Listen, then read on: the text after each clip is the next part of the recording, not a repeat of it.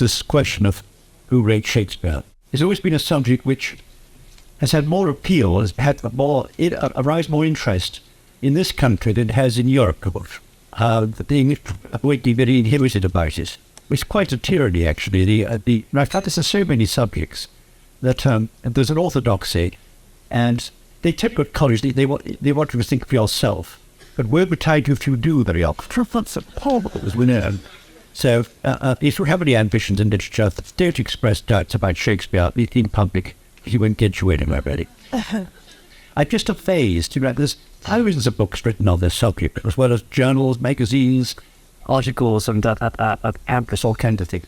There's literally thousands of books, published books. And there's one man, quite in the beginning of the century, Michell the other Rutland wrote Shakespeare, and he said to have read 5,000 books while coming to this conclusion. Today you couldn't possibly read them all, far too many of them. But what really I find fascinating is how many people of the same age, same education, same culture, same colleges and so on, working on the same small, limited amount of facts known about Shakespeare, this authorship question, have come to quite different conclusions, but have come to complete different certainties. And we can hear a word from anyone who's got another theory. It's quite amazing that how you can get your mind so firmly fixed on an idea that it becomes actually part of you. But latterly, we've got a very good account of this, written by that best of American writers, Mark Twain, who wrote a book called Is Shakespeare Dead?, which was a criticism of the established authorship. It's a very, very funny book. It's the only short, funny book on the subject. Actually, his editors often don't include it in his collected works, so you need to prove of it. He described how he became a Baconian. What happened was he was, you remember, assisting the pilot of a Mississippi riverboat. And this pilot was very fond of Shakespeare, and he heard about the authorship questions, angry about it, said, obviously it's written by Mr. Shakespeare of Strat, but these Baconians are mad, such.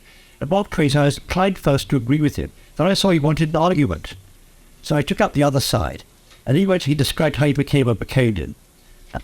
He studied, practiced, experience, handling my end of the matter. That's the argument with the rowboat pilot.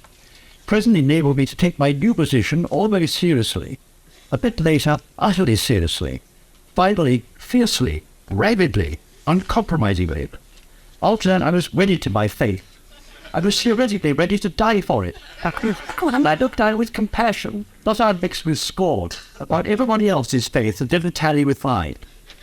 That faith imposed upon me by self-interest in that ancient day remains my faith today, and in it I found comfort, solace, peace, and never-failing joy.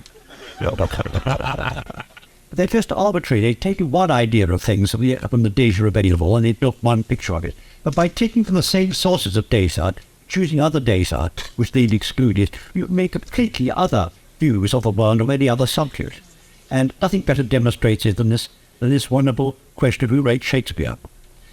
I've counted up the number of claims actually which have been made in respectively published and rationally argued books, and there's no less than 24 major candidates who had a school behind them, people who said that they were the main author of Shakespeare. And there's, I counted 39 others who've been included in a group who wrote Shakespeare. And there's many others. Some people say it's the Rosicrucians or the Jesuits or so. You can actually expand this list, certainly including practically every name of us at that time.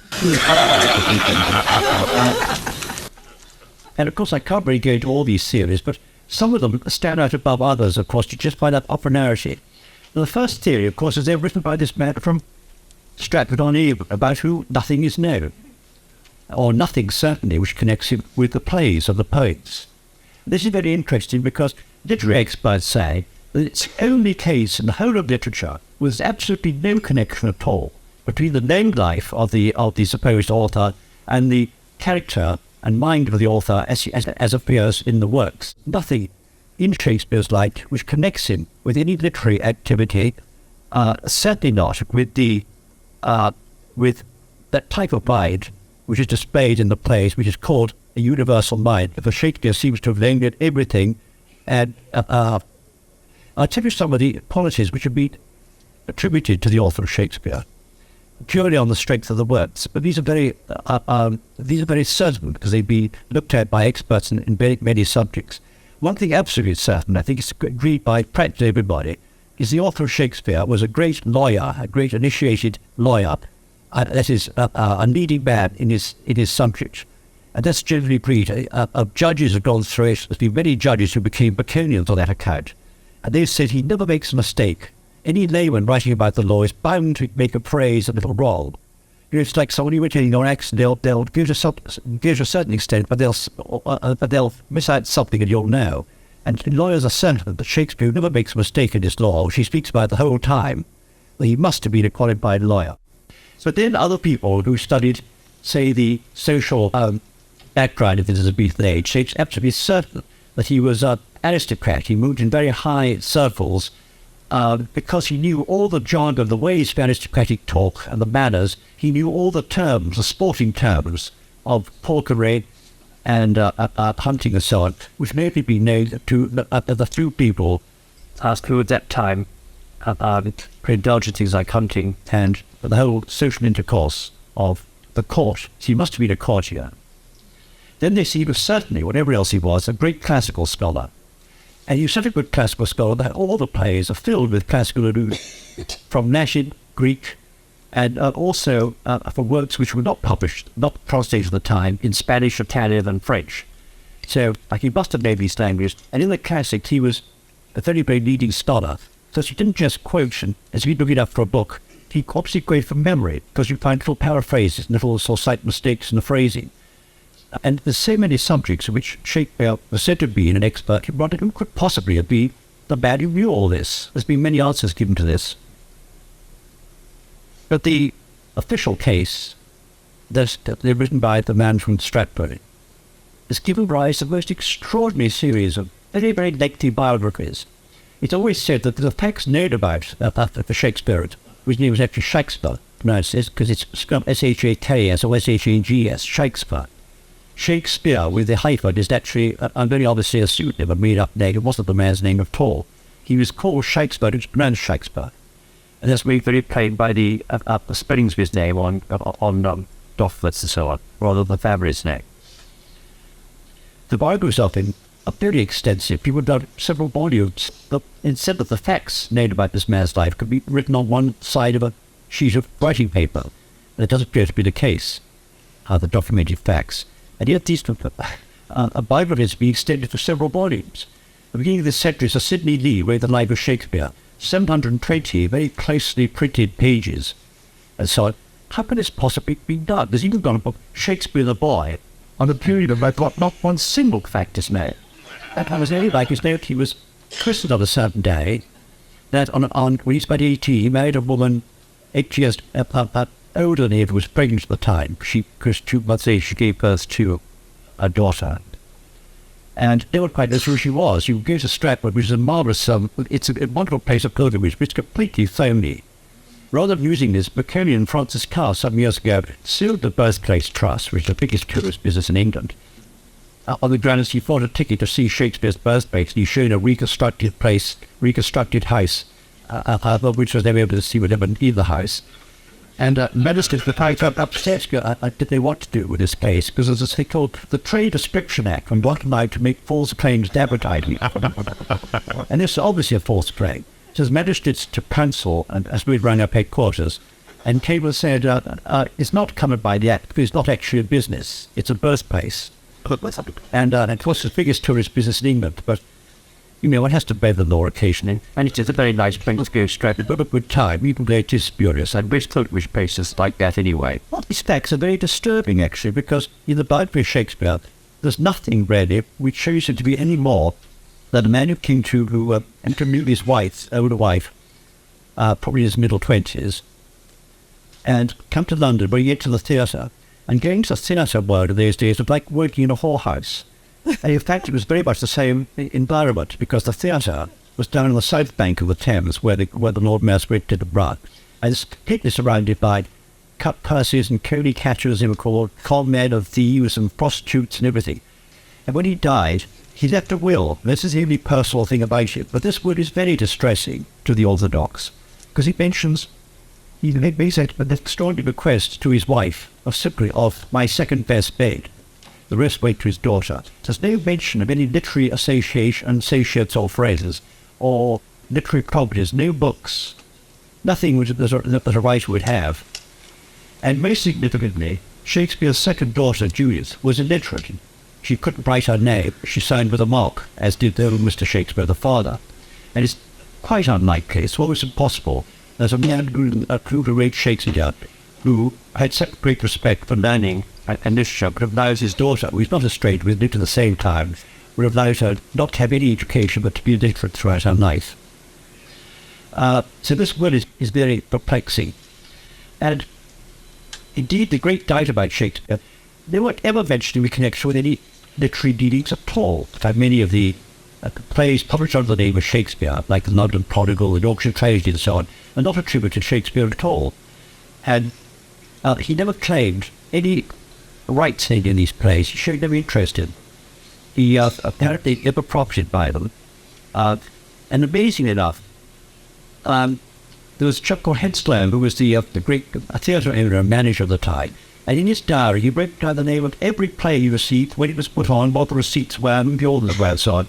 Not one reference to every single play out of the time. So frankly, it would declare that not one reference to Shakespeare's. Again, those famous letter writers of the time, many of whose letters are preserved at the British Museum. We just don't mention them out. There was a strange silence about him.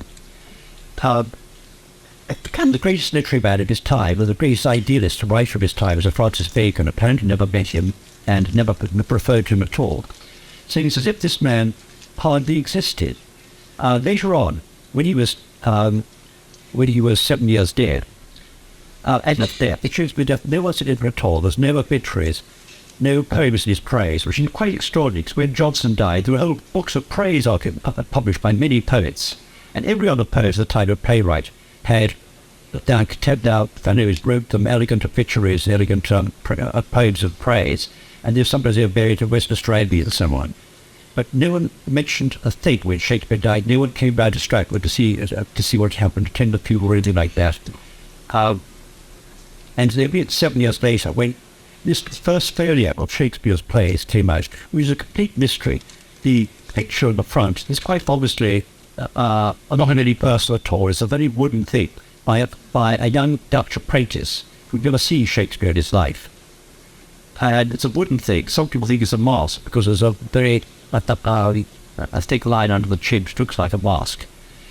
And then the memorial to him in the church, the figure there has been changed since. He didn't look at all like the picture. No one knows at all what he looked like, because this bust you see in the church on Shakespeare's memorial, originally showed a man with drooping moustaches. It was then changed, and they put a quill pen in his hand, so he looks like a writer. That pen is not in original, in the early reproductions of that bust. It's a later addition. But then we come down to a more positive side of this. It's very difficult to sustain a case for Shakespeare as his great writer. He just does not fit, and that's generally admitted. The most obvious candidate, of course, is Bacon. Sir Francis Bacon was the great idealist of his time, and he wanted to chemify all knowledge, all the new scholars of science, all the traditions of the old science of alchemy and philosophy and so on, and to make one chemified system, or rather statement, of the world's knowledge, as it were, to save the world, to give a standard for all the sciences and arts. And he did this to a large extent in his published writings, but he also referred to another part of this work, what he called the Great Instauration, meaning the Great Revival. There was another part of it which he didn't publish and has never been found, which he promised to deal with characters showing different types of human character, the influence of environment, the influence of fate upon them, and this had to be presented in a dramatic form. And these works are not known, and the Baconians say because they're the plays of Shakespeare. But the strongest case of all is that Oxford was a man who wrote the sonnets. And as far as being a fortune, I didn't commit myself to absolute belief, but as far as I believe anything of the subject, it is that the Earl of Oxford was that self-pitying, tragic figure which emerges as the sonneteer, the man who wrote these pictorial love poems called the sonnets, most of which are addressed to a young man, son to this mysterious dark-eyed lady, who was probably Oxford mistress and Vavasor. The one few bits of good scientific evidence in this business is that Dr. Mendenhall, who specialised in establishing the authorship of disputed texts, and he developed a very interesting system. He found that every writer has a characteristic word length count. That is, in any given 1,000 words by a certain author written on any subject, any given subject, you'll find there are so many 3-letter words, so many 4-letter words, so many 5-letter words, and so on in proportion. Had Mendenhall, who made studies of different texts by the same writer, discovered that people are consistent in their writing, in the way they use this balance, this proportion of words of a certain number of letters. And he was, Mr. Mendenhall was then commissioned by a Vicarian to see if he could find this correspondence between Shakespeare's texts and Bacon's. And he came up, to do this, he had to test other writers against Shakespeare's canon. And he had this point he used for the Vicarian enthusiast who commissioned him. He said, no, Shakespeare's word count is not the same as Bacon's. But funny enough, it's exactly the same as somebody called Christopher Marlowe. And he shows a graph which is exactly the same. And it does seem that Marlowe had a very big hand in Shakespeare, possibly after his alleged death alleged murder in 1596. I also want to make of all this. Being a fortune, I look with sympathy upon all theories and don't believe or disbelieve any of them absolutely. And it's quite ridiculous to take a man when you dig man. So you see, it's a very wide subject, very delightful, very confusing. It can be dreadfully addictive and obsessional. But with a fortunate mind, a thought is so good at that, you don't become obsessed. You just take the delight for it. You communicate with the great minds who've gone into it. You find sympathy for all the theorists, and you thank them for the entertainment they provided. And it's just something well worth going into. And I think, unless some firm evidence turns up, we never really get to know who wrote Shakespeare.